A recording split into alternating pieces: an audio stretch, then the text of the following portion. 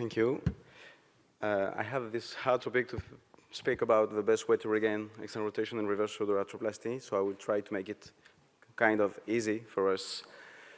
What we know is that external rotation can be an issue after reverse shoulder arthroplasty, even less than internal rotation, but it should be. And the question and the problem for me is how to improve external rotation with the RSA. Still don't know exactly the answer. So let's try to define the problem. Before the RSA, and this article was published in 2020, and it speaks about the preoperative external rotation weakness and stiffness and how it will impact the result of a reverse shoulder arthroplasty. So I think that we can start from that point. What about a stiff shoulder and external rotation? What about a weak shoulder and external rotation? And I want also to add the ones that are normal on the external rotation problem before the surgery. So let's start with a stiff one. Stiffness can come from the joint. And sometimes with the patients you have some osteophyte. I have a video, but it doesn't work. And in that case, it's very simple. At the same time you make the surgery, you just have to remove the osteophyte, and only this fact of removing the osteophyte will help you to increase external rotation after the surgery. Stiffness can also come from the subscapularis, and in this article, recently published also, we have the discuss about the subscap release during the surgery, and they also say that if you don't, you can consider not to repair the subscap if you think it's compromised. In my personal opinion, I think that you should try to repair it if you have it, even if you have to change a little bit your mind and your planification on an over point of the surgery. So now, what about the shoulder when you have a normal external rotation before to do the reverse? Maybe the goal is to put the right tension for the muscles and maybe to lateralize the center of rotation. I think that you can do it on the glenoid side, and many studies now have been published about that, and we know that lateralized reverse shoulder arthroplasty increase the external rotation. Specifically, when you have an osseous lateralization like you have with the bio-RSA, for example, because you lateralize the center of the rotation in the bone and not in the metal. You can also do it from the humeral side, and some implants can help you with the design. We know that the 135 degrees implants have better external rotation from this study than the one that are 155 degrees. You also can use onlay system and onlay stems that will put a little bit of lateralization. Personally, I use both. When I don't want to lateralize too much on the humeral side, I use only the effect of a 135 degree stem. And when I want to lateralize a bit more, I use onlay system that will lateralize on the base plate. But in that type of cases, I change because I use the striker system. And with the Ascent Flex, I change just the rotation of the base plate to lower a little bit more than to lateralize, to not put too much lateralization, because I also lateralize on the glenoid side with the bio-RSA. So everything is a matter of balance. Planning, as many people already say today, can also help you to make your choice and to decide. And let's try an example. This was a man, so I decided to do an only stem at the humeral side, and then I tried to do many various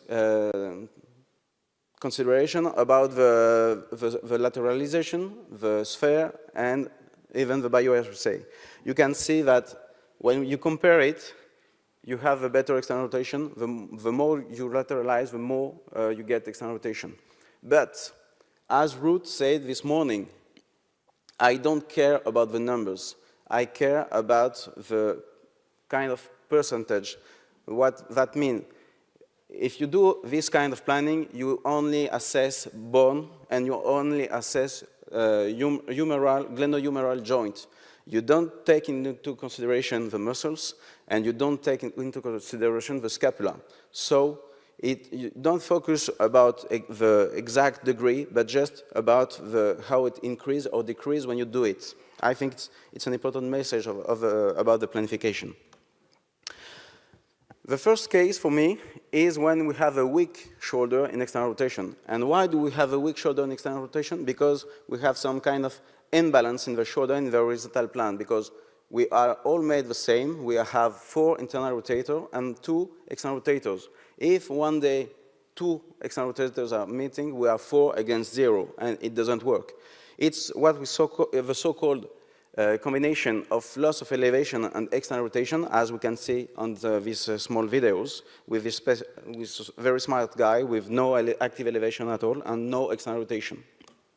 The same guys also have an oblong sign and a lag sign. Okay, so in that type of guy, you can try to consider that maybe lateralization on the glenoid on the humerus will not be enough.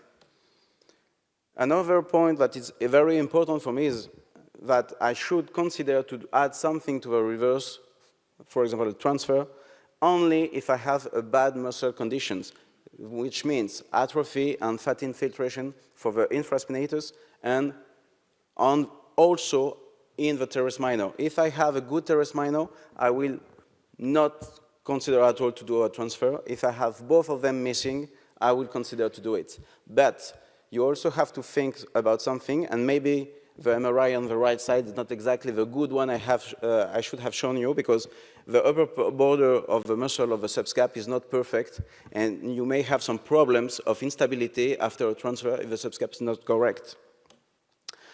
So, RSA can restore active forward elevation, but not active external rotation in that case when infraspinatus and teres minor are both absent.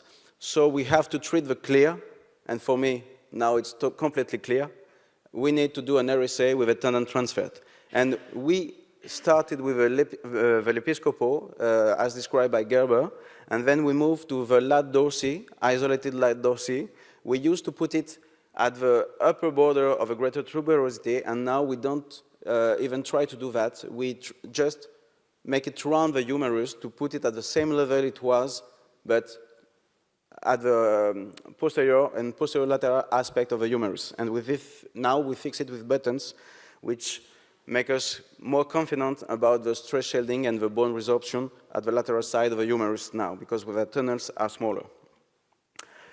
We have many publications in the literature, and these are 2 of them, about the improvement of external rotation after a transfer when you have a clear patients. But we also have some controversy about this topic, as this article, for example, states that there is no difference in the active external rotation with or without transfer, and you have even a better internal rotation in the group without any transfer. My interpretation of this is that maybe the transfer act is not so much to restore an external rotation in ER1 position, but more to have a tenodesis effect in ER2 position to help people to be able to brush the hair or to drink or to do daily activity. So to conclude, which is the best way to regain external rotation in reverse shoulder arthroplasty? Still don't know the correct answer, because for me it depends on the situation. But my algorithm today, and I think it should be quite easy to be reproducible, is if I have a stiff shoulder, I will treat the osteophyte if I have a problem with an osteophyte at the X-ray. I am always very careful about the subscap. I repair it as much as I can. I never let a subscap, if I have it at the beginning of a surgery, I always try to repair it, and I use it as a landmark, because if I'm too much lateralized, I can't repair it. So if I am in that position, I will change maybe something in the configuration of my prosthesis. If the subscap is present at the beginning of a surgery, it should be at the end. If I have a normal shoulder in external rotation before the surgery, I want to be normal also after the surgery. So I prefer to lateralize the center of rotation from the glenoid side, from the humeral side, maybe both. And I think that planning is a useful tool to do that. Finally, if I have a weak shoulder, and if I have no teres minor at all, I will consider to do a transfer. Thank you for your attention. And I will switch it to Greek for a few seconds. Μάνος και Μάνος, ευχαριστώ πολύ που με καλέσετε πάλι. Είναι μεγάλη μου χαρά που είμαι πάλι εδώ στην Ελλάδα, στην Αθήνα, η οποία είναι, ξέρετε, για μένα πολύ σημαντικό. Και ελπίζω να σας δω όλους στη Νίκαια τον επόμενο Ιούνιο στο νήσου Λεκούρς. Ευχαριστώ.